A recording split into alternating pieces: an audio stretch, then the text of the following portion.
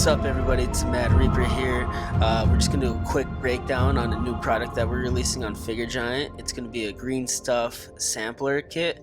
So I get a lot of questions about the kind of clay that I use. I guess I hesitate to use the word clay because it's kind of an epoxy, but it's a two-part mixing epoxy, so that's kind of what I prefer to use, this green stuff here for my hair. A lot of my work in progress pictures on my Instagram at the Mad Reaper. I also use my needle tool right here.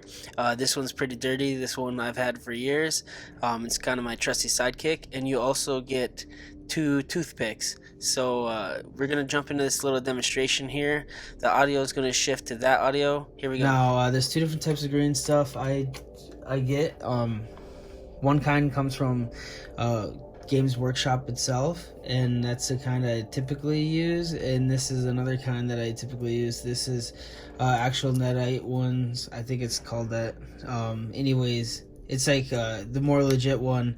And so the benefits to this one is that sometimes the Games Workshop one like doesn't really mix very well together, and you get some hard chunks in the consistency, so it's not as high quality, whereas this stuff here is really sticky, but like because it mixes so well, you rarely ever get any of those hard bits. Same stuff, they're both just as durable. The curing time, I usually leave it overnight anyways, but we're gonna go ahead and break through some tips here. Hopefully these pointers will help you guys to even sculpt other bits of hair or whatever. So first of all, number one suggestion is I would recommend rubber gloves or latex or nitrile gloves. I usually use them when I'm working with clay anyways, but definitely must with this, because if you try it with your bare hands, unless you're constantly watering your fingers, you're gonna realize that this stuff like sticks to your fingers like nothing else. So I like to go ahead and use the gloves because it prevents it, kind of gives it a barrier. Okay, so let's get going. I'm gonna go ahead and cut. You guys got to remember when you're cutting this, like half of it, I mean it's 50-50, so you're gonna be mixing these two together. So however much you cut off, I'd go smaller versus longer. I think it's got like a cure time of over an hour here. This is gonna be a quick little tutorial. I gotta fill up some Shawn Michaels heads, like 12 of them to be exact. And I don't know what I'll show you. I don't know how much of this I'll cut, but okay, we're gonna go. I'm gonna cut off about an inch, a little less than. All right, the second big pro tip is water. Every customizer should have this next to them if you're like me, I guess. I'm gonna go ahead and put a little puddle here. I just put it right on my work mat and top it off as need be. So this part kind of sucks, is grabbing this grip, this clear film off of this epoxy here. The blue side is always easier for some reason, so there we go. You can kind of grab it from the blue side to get a good chunk. And I don't really stress out about this. If it comes off like this, then I'm not gonna worry about it and just not scrape it off or anything. It's still good ratio. Let's see here. How am I gonna get this out here? There we go. Oops. I mean, you definitely don't need gloves, but I mean, I don't want to hear if you guys try without gloves and you guys are like, it's too sticky and it sucks, because it's actually really, I love working with green stuff, especially for hair. It flows organically, it's got like a nice elasticity, so those are just like some of the qualities I like about it. I like Procreate too, but like Procreate's really stiff and not as easy to sculpt soft details into. This stuff can get really soft, so you can like sculpt really fine little hair details, and it's got a little bit of flex, so it's not really brittle, you know, like milk butter and those, like Aves. Well, Aves is really strong, I don't really use it much. And green stuff, I can like literally just pick it up and go like mix it, and how it is right after it's mixed is about how it's gonna be until it starts to harden up. Like Aves, you know, I have to let it sit for about 20 minutes or whatever before using it. Anyways, you want to mix it until it's like a good green consistency. That looks pretty good. You see with the gloves like how much it's not sticking. Every now and then I'll like, you see a little bit there.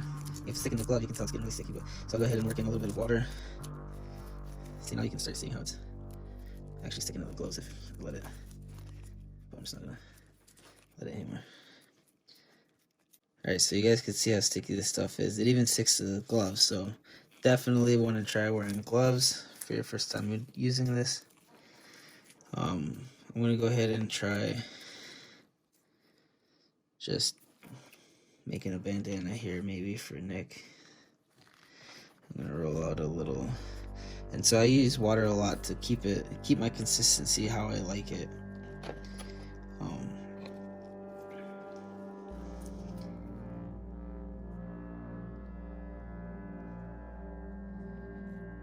Here we go. Okay, so actually I'm going to use one of my other tools. Didn't include it in you guys' actually I'm not going to. I'll use it without it. I'll press down with my thumb.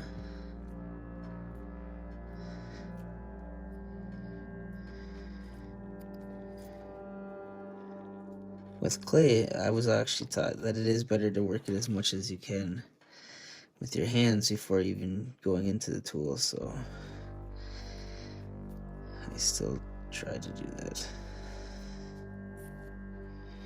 Okay, right around there probably. Okay, so now you guys can see how my texture is a little like my gloves. So I'm gonna start rubbing it out here with some water.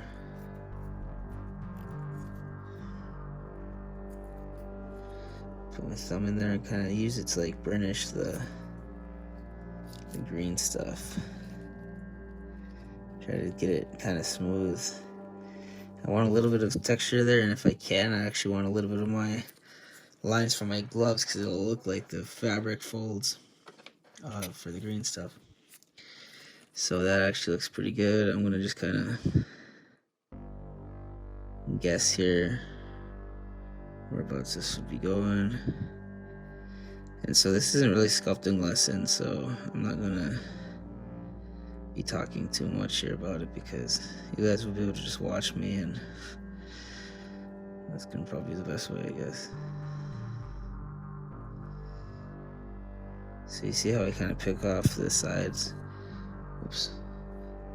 sides of the epoxy here, and just put it down on the mat, so that I can go ahead and wet my tools again. Sorry if I drift off the screen here. I'm focusing on sculpting, and I'm not used to recording myself. This is probably why I don't record myself. Actually, I'm going to go ahead and leave this and cut it once it's cured. I'll try to show you guys how that goes, but it should go pretty good. Normally I let it cure, and then it's just like at least cure a little bit, then it's just like a soft rubber, and it's super easy to take care of from that point. So here it looks cool with that head sculpt. Actually, you know, I'm going to go ahead and do some Shawn Michaels, so that way you guys see the variety of it, and then I'll just cut the video so it's not dragging on and not rambling my ass off.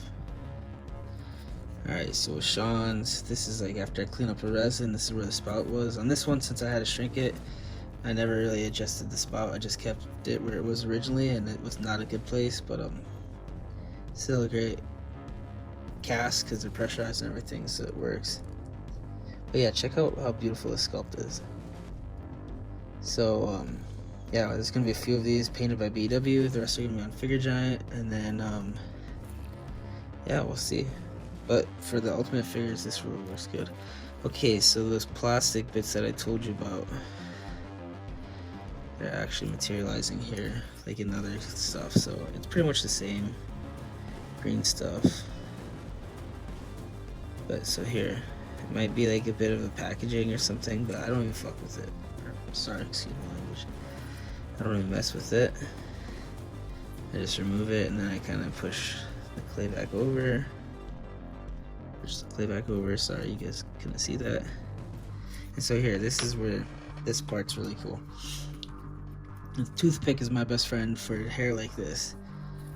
So what I can do is go ahead and like start in the middle and just kind of go back and forth and like get a nice even rough form out of it. So this is kind of how you guys sculpt hair here. This is my system. Okay, so now I got a preliminary sculpt, and now it's starting to kind of look good. At least now it's more level. So now I'm going to go ahead and apply more pressure, and I'm going to go straight through, making sure to try to taper off the green stuff at the end with more pressure to try to have a pretty natural transition to the sculpt again. So here, yeah, that looks pretty good actually. So I'm gonna go ahead and I'll do a lot of little. That's the other thing I like about a toothpick, is that it does have some give, so it's kind of nice to be able to sculpt with something that's a little more given than the metal one. And the metal one though, I use 90% of the time when I'm sculpting anything else.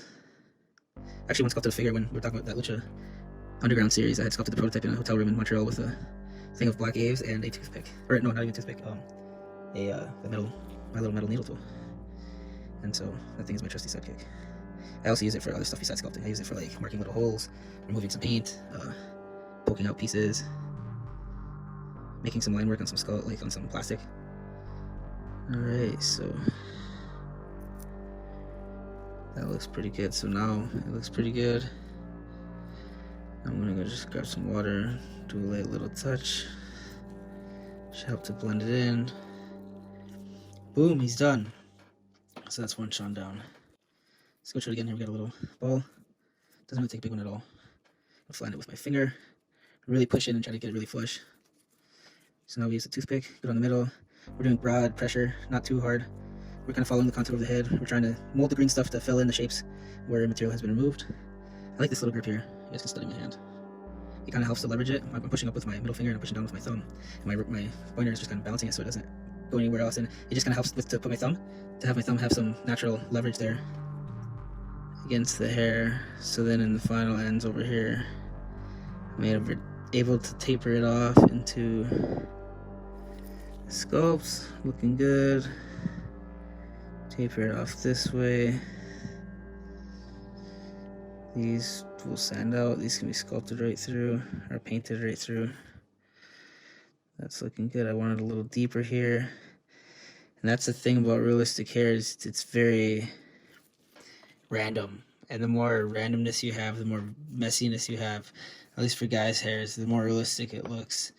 For women, the same too is true, but you also don't want too much detail in women's, because then it looks more grungy and dirty than it does feminine and beautiful. So that's another tip, I guess. When you're sculpting women's hair, you're not going to go as detailed. The Jack's heads here and the guys' hairs, like, it's so easy to just go full Mad Reaper mode and put in all the detail.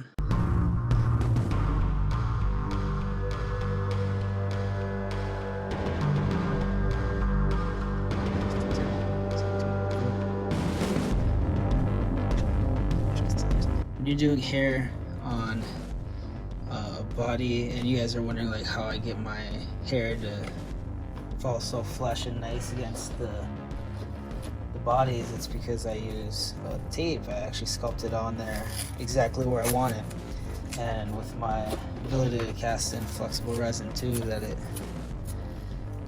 allows for even better flexibility than this green stuff. So this is what I'll do. I'll just grab some of my green or red masking tape and tape it on the shoulder here. I don't know, I gotta say like my clothes or whatever. It's a little thicker, but it doesn't leave any residue. So this creates a tattooed AT collar that I was testing out for Pentagon. Alright, so that's kind of how I have it. I have it here, so now I can imagine where I'm going to be wanting to add the hair at here. I'm putting a bit down as well, so let's maybe do that first real quick. I'm going to try to keep this on 25 minutes, so let's go.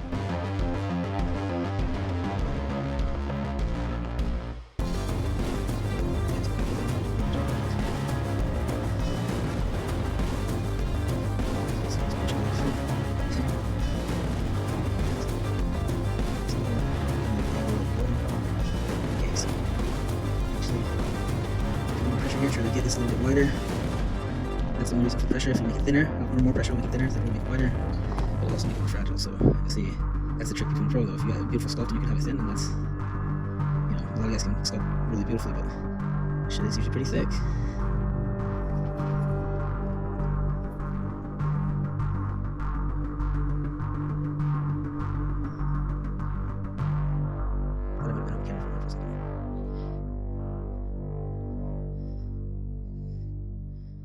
So you see I can just slowly pick it back with my needle tool here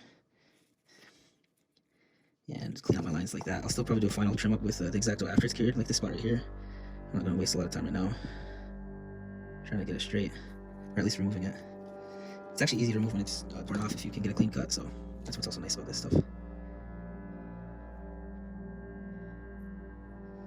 Alright, actually I'm going to leave that there because I think that will become hair. So I'm going to go ahead and mark it up so my brain knows. Alright, so I'm going to pretend like this goes underneath his hair here, and that he's got his hair on the outside of, over where his hair's tied up at, or his bandana's tied up. Alright, 23 minutes, here we go. Let's go ahead and do some water, flatten it out. There's no way it's going to be enough over here, so that'll look pretty good. Alright, I'm going to smooth this out a little bit more. It's a little bugging me a little bit. There, you guys can start to see. If I pull my glove right, I can get that little pull. Yeah, look at that. That looks just like a real bandana. Sweet. So, alright, so, I'm not going to be 25 minutes, but still be under half hour, I think. So I'm going to cut this bit later. I'm going to lower it down just a titch, though, because I kind of where it says lower.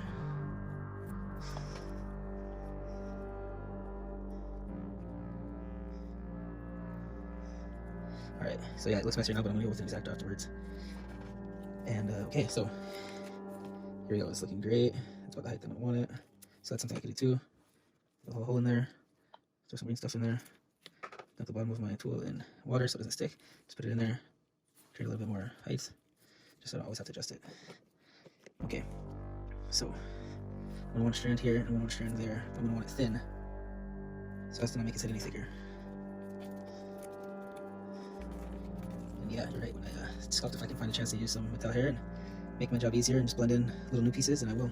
Because it's like another sculptor's work, and then I'll just go in and make my edits and make it better, arguably.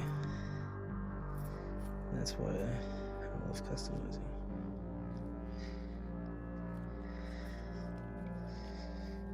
So you guys are gonna see here, I got a nice little strand, but I'm gonna create another one here.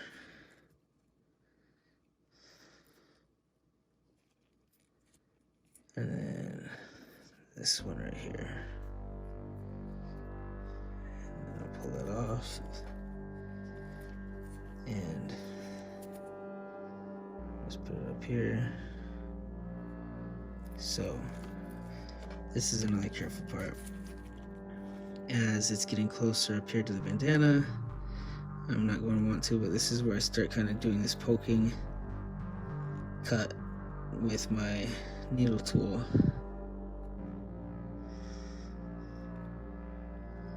Boom. Threat has been eliminated with no damage. But that's what this also needle tool is. Mine's kind of bent at the tip there from all this use and abuse. Like, I'll use it to poke holes in my paint bottles that are jammed. Like, I'll be honest. I use this for everything, you guys. I don't even put it away.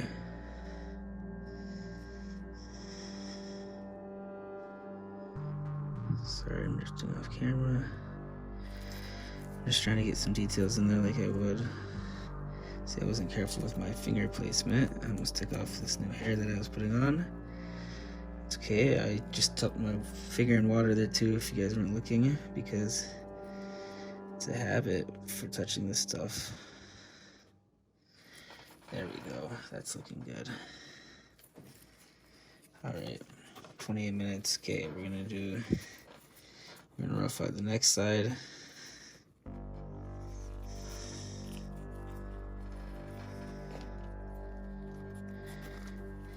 So this is actually pretty good. It's just down here where I cut off this hair. I want a little something to taper it off. Yeah. Sweet.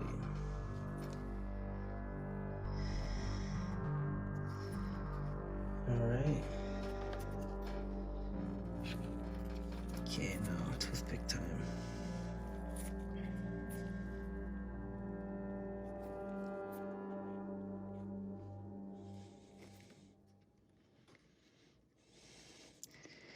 So I'm going to just use a toothpick to kind of divide it up here. I'm pressing it, going in half. I'm not trying to be too perfect. I'm doing it loose. That's the key to nice organic shapes. So actually, there's a little bit of a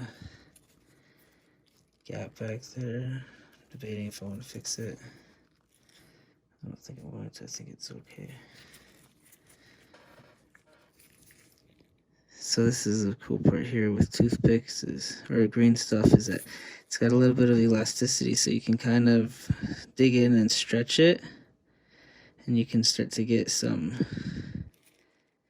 cooler hair textures.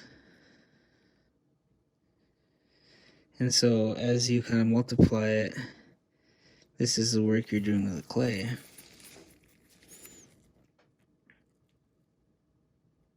You're slowly etching in all those fine details. And the lighter you go, I'm such a light touch right now. Once you guys try this in your hands and you see how hard it is to do this, you guys will see why my customs are as much as they are. There's levels to this in a humble way. But for real though, look at that. This is why I'm doing this video. Hopefully your guys' experience with green stuff, thanks to all my trial and error, will make it a little bit easier for you guys to try it out.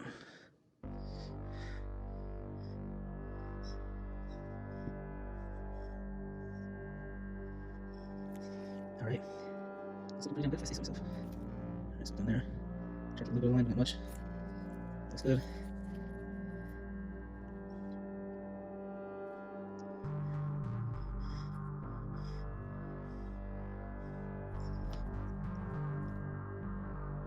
Alright, so it's all pressure when you guys see me going, so you to the end, I'm applying pressure, kind of let the toothpick do cutting. Always dipping in water. Probably more than I realize, though. You have to watch this a few times and see how often I'm doing it. I'm change it to pencil. One of the good things about the toothpick is that it's nice and short, so it does get really easy to get some big movement in the clay without a lot of movement in your hand. So now you see, I'm stretching it as I get it off up here.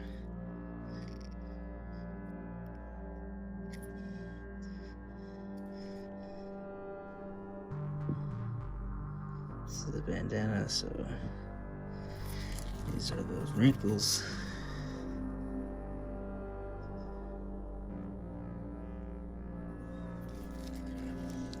Sweet. Alright. Right under 35 minutes. Anyways, these are going to be available today. I'm dropping them. I'm going to try to get this tutorial out here real fast. A lot of cool shit dropping today. Also, these little stands. A little cheaper alternative to the NECA headstands. Nice and long too to airbrush, so I like that. Especially if you got like something with long flaps like Pentagon.